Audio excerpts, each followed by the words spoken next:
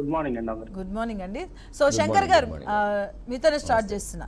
ఈరోజు మీలో అంటే మీతో పొత్తులో ఉన్నటువంటి టీడీపీ అధినేత ఢిల్లీకి పయనం కాబోతున్నారు. ఈ రోజున ఒక క్లారిటీ వచ్చే అంశం ఏమైనా కనిపిస్తున్నట్టు ఒక క్లారిటీ వస్తుందా ఈ రోజు కన్నా? డిబేట్లో పాల్గొన్న వాళ్ళందరికీ కూడా నమస్కారం. మీకు నమస్కారం. ఫస్ట్ నుంచి కూడా మా ఆదినాయకుడు కళ్యాణ్ గారు ఒకటే మాట, ఎప్పుడు ఈ రాష్ట్రం అధోగతి పాలు చేసింది జగన్ సర్కార్.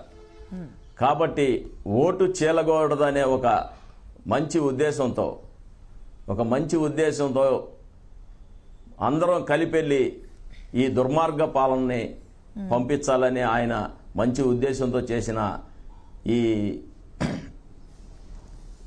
అందుకే బీజేపీ, తెలుగుదేశం, జనసేన ఉమ్మడిగా ఈ ఎన్నికలకి వెళ్తుందమ్మా. ఖచ్చితంగా చంద్రబాబు గారు ఢిల్లీ వెళ్ళేది కూడా పొత్తు అన్నీ సరిచేసుకొని వచ్చి ఇక్కడ మనం ఎలక్షన్కి వెళ్తాం. ఖచ్చితంగా ఆ దశగానే విజయం సాధిస్తామనేది మా ఆశాభావం. మా ఆదినాయకులు చెప్పింది కూడా అదే. ఇక్కడ ఓటు చేయకూడదు, బీజేపీ, తెలుగుదేశం, జనసేన ఉమ్మడి అభ్యర్థులనే ఇక్కడ ఎంపిక చేస్తారమ్మా. అది మాకు శంకర్ గారు ఈ ఎన్నికలు మేము ముగ్గురు కలిసి వెళ్తామమ్మా. ముగ్గురు కలిసి వెళ్తామమ్మా. మూడు పార్టీలు కలిసి ఇక్కడ విజయ డంకా మోగిస్తాం. అందులో శంకర్ గారు, సరే మీరు ముగ్గురు పార్టీలు కలిసి వెళ్తున్నాయి, విజయడంక మోగిస్తున్నారు. బట్ ఇప్పటికే బీజేపీ పైన ఆంధ్ర ప్రజలు కొంత అసంతృప్తిగా ఉన్నారు. ప్రత్యేక హోదా అంశం కావచ్చు, ప్రత్యేక ప్యాకేజ్ అంశం కావచ్చు, ఇలాంటి అంశాలపైన కొన్ని అంశాలపైన వాళ్ళు అసంతృప్తిగా ఉన్నారు. ప్రజలు ఇంకా చెప్పాలంటే కోపంగా ఉన్నారు అసంతృప్తి కంటే. ఈ నేపథ్యంలో బీజేపీ ఇప్పుడు కలిసి వస్తే మీరు అనుకున్నటువంటి ఏవైతే ఆ విజయడంకను మోగించగలుగుతారు? అసలు ప్రత్యేక హోదా గురించి ఊరూరు వాడా తిరిగిన జగన్మోహన్ రెడ్డి 25 సీట్లు వస్తే నేనే తీసుకొస్తాను, మెడలు వంచుతానన్న ఆయన ఎటు పారిపోయారమ్మా? జగన్మోహన్ రెడ్డి వెళ్ళి అమిత్ షా గారి కాళ్ళును ప్రధానమంత్రి గారి కాళ్ళ మీద పడి ఆయన కేసుల గురించి మాట్లాడే చెప్తే ఆంధ్ర రాష్ట్రం గురించి ఏ రోజైనా మాట్లాడారా? ఏ రోజైనా మాట్లాడారా? స్టీల్ ప్లాంట్ గురించి కానీ, స్పెషల్ స్టేటస్ గురించి కానీ ముందు వాళ్ళని మాట్లాడమానండి. మేము వస్తే మేము స్పెషల్ స్టేటస్ తెస్తాం ఖచ్చితంగా. మా కళ్యాణ్ గారు ఖచ్చితంగా స్పెషల్ స్టేటస్ తెస్తారు, విశాఖ ఉక్కును కాపాడుకుంటారు. బట్ శంకర్ గారు ఇక్కడ కొన్ని సర్కమ్స్టాన్సెస్, ఇది ఆంధ్రల హక్కు, ఇది దాని గురించి మాట్లాడరు వీళ్ళు. రైట్. బట్ కాకపోతే ఇక్కడ కొన్ని విశ్లేషణలు కావచ్చు, సీనియర్ అనలిస్టులు కావచ్చు, లేకపోతే జనరల్గా అనుకున్నటువంటి వార్తలు కావచ్చు. ఎందుకంటే బీజేపీకి అంతగా లేని ఓటు బ్యాంకు లేనటువంటి పరిస్థితి ఇప్పుడు. సో దాన్ని కూడా మీరు జడ్జ్ చేసుకోవాల్సిన అవసరం ఏమొస్తుంది? ఆల్రెడీ మీరు టీడీపీ, జనసేన పొత్తులో వెళ్తున్నారు.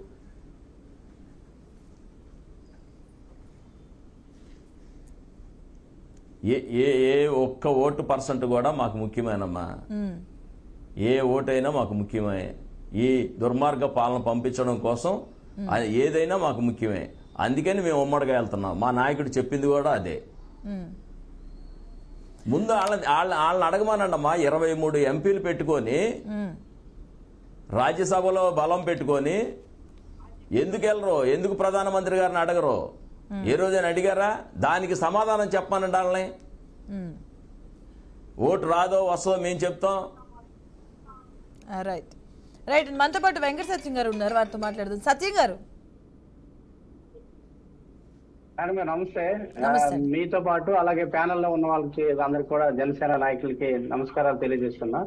అలాగే బీఆర్కే ప్రేక్షకులకు కూడా నమస్కారాలు తెలియజేస్తున్నా.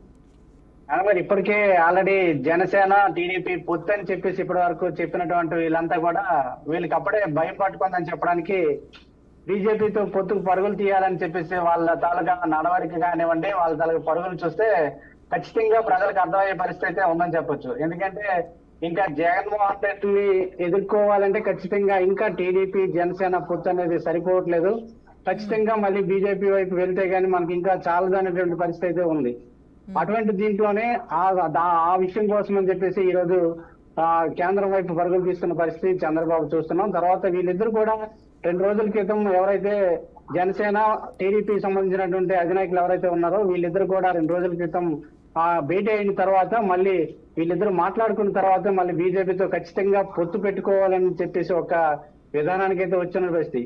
ఇంకోటి మేడం గారు, ఇప్పుడు ఏంటంటే వీళ్ళ తాలూకా ఆలోచనలు కానివ్వండి, గతంలో టీడీపీ జనసేన వీళ్ళిద్దరు కూడా కలిసినటువంటిది గతంలో ప్రత్యేక హోదా సాధించలేనటువంటి పరిస్థితుల్లో ప్రత్యేక ప్యాకేజీకి ఏవో ఉద్యమాలు చేస్తామని చెప్పేసి చేసినటువంటి వీళ్ళు మళ్ళీ ఇప్పుడు ప్రత్యేక హోదా తెస్తాము లేకపోతే బీజేపీతో పొత్తు పెట్టుకుంటాం అంటే ఆంధ్ర ప్రజలు ఎవరు కూడా మర్చిపోయే పరిస్థితి అయితే ఉండదని చెప్పొచ్చు కదా. సత్యం గారు, మీ అధినేత కూడా సేమ్ అదే అంశాన్ని కూడా రైజ్ చేశారు కదా. శంకర్ గారు అదే చెప్పారు, 25 మందిని ఇస్తున్నాను, ప్రత్యేక హోదా అనేది నేను తీసుకొస్తాను, మెడలు ఉంచుతానని చెప్పారు మీ అధినేత. మొట్టమొదట్లోనే మా అధినాయకుడు మొట్టమొదటిలోనే ఖచ్చితంగా ఒక మాట చెప్పడం జరిగింది, మాకు ఆంధ్ర ప్రజలు ఖచ్చితమైనటువంటి మెజారిటీని ఇచ్చారు. అయితే ఇక్కడ ఉన్నటువంటి బీజేపీకి ఇంకా పూర్తి స్థాయిలో మెజారిటీ ఇవ్వడం వల్లే మేము ఏదైతే చెప్పామో అది మా అవసరం లేని కారణంగానే మేము ఈ రోజు తీసుకురాలేకపోతున్నాము, వాళ్ళకి అడగలేకపోతున్నాం